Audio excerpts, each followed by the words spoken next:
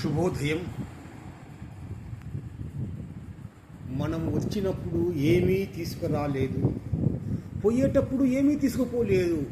నడిమధ్యలో ఎందుకయ్యా ఇంత నానా తంటాడు పడి ప్రజలను మోసం చేసి అష్ట కష్టాలు పడి ధనము సంపాదించడము? అలెగ్జాండరు ప్రపంచాన్నే జయించి చివరికి ఆయన చెప్పిన మాటలు గుర్తు చేసుకోండి ఒక్కసారి.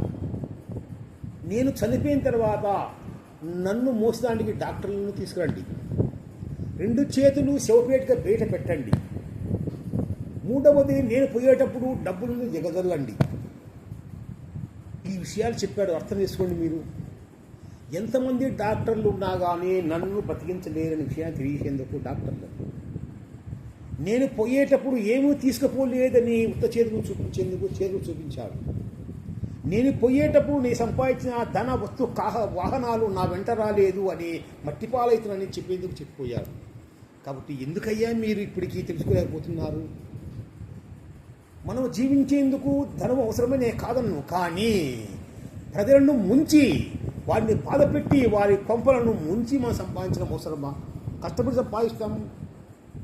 ఆ కష్టపడి సంపాదించిన ధనంతోనే మనకు తృప్తి ఉంటుంది, సంతోషం ఉంటుంది. ఇప్పుడు అబ్దుల్ కలాం గారు చనిపోతే ఆయన చనిపోయిన రోజు విద్యార్థులు కొవ్వొత్తులతో ఆయనకు ఎంత విధేయంగా ఆ కొవ్వొత్తులు వెలిగించి ఆయనకు గొప్పతనాన్ని చాటారు చూడండి.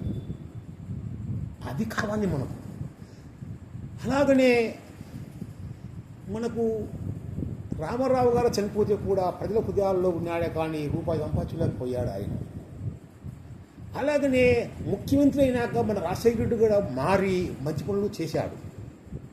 అంతెందుకు, మా ముద్దునూరులోనే డాక్టర్ బాలనారెడ్డి గారు అని ఆయన ఉన్నాడు. ఆయన చనిపోయి ఇప్పటికి 16 సంవత్సరాలు అవుతున్నా కానీ ఆయన పేరును ఇంకా ప్రజలు స్మరించుకుంటున్నారు. అట్లా బతకాలి.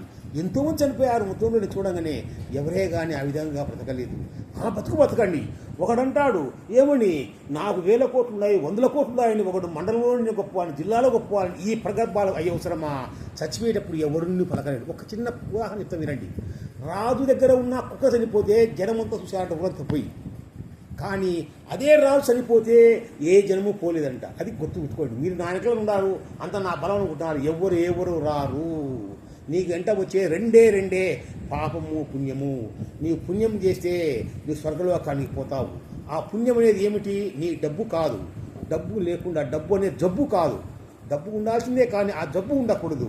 కాబట్టి ఆ జబ్బు కాదు, మనకు పుణ్యం అనే డబ్బు కావాలి. ఆ డబ్బు ఉంటేనే నువ్వు స్వర్గలోకానికి పోగలవు. కాబట్టి ఇప్పటికైనా ఎంతోమంది మహానుభావులు మనకు స్ఫూర్తిగా ఉన్నారు. వాళ్ళను గుర్తించుకొని పాప కార్యాలను మానండి. ఒక్కసారి అన్నం తింటే గుర్తు చేసుకోండి. మీరు ఏం తింటున్నారు? ఒక రొట్టె ముక్క, 2 ఇడ్లీలు. ఏదయ్యా నీ బతుకులు? చక్కగా నిద్ర రాదు. రాత్రిపూట ఆలోచన, వాడి డబ్బులు ఎగొడతాడమో, వాడి ఎగొడతాడమో, ఈడు వస్తాడు మీదకి కొమ్మ మీద పడతాడమో, ఈ మాటలు ఈ ఆలోచన తప్ప చక్కగా నిద్రపోతున్నారా? మీ భార్య బిడ్డలతో సక్రమంగా ఉన్నారా? ఎవ్వరూ లేరు. వానికి ఒళ్ళు నొప్పులు, ఈయనకి పంటి నొప్పులు, వాని గుండె నొప్పులు, వాళ్ళ కాళ్ళ నొప్పులు, వీనికి చేయి నొప్పులు. ఈ నొప్పులు నీ శరీరం అంతా నొప్పులతో నీ జీవితం అంతా అయిపోతుంది. ఇంకా నీవు ఏమిటి? కాబట్టి ఈ గొప్పలు చెప్పాకు. నేను ఒకటి చెప్పదలుచుకున్నాను మీకు. మీరు బంగారు ఎప్పుడూ మనము తినలేదు, అన్నముగా లవణమన్నమే తిన్నాము. కాబట్టి ఎంత సంపాదించినా కానీ మనము చక్కగా ఆహారం తిన్నది జీర్ణం కావడము, చక్కగా నిద్రపోవడము, భార్య పిల్లలు సంతోషంగా ఉండడము, ఆ 3 లక్షణాలు మీ దగ్గర పెట్టుకోండి. అష్టైశ్వర్యాలు అంటే ఆ 3 గొప్పవి. అవి లేనప్పుడు మీరు ఎంత ఉన్నా కానీ ఏమీ లేదు. కాబట్టి ఇప్పటికైనా మారండి. జై హింద్.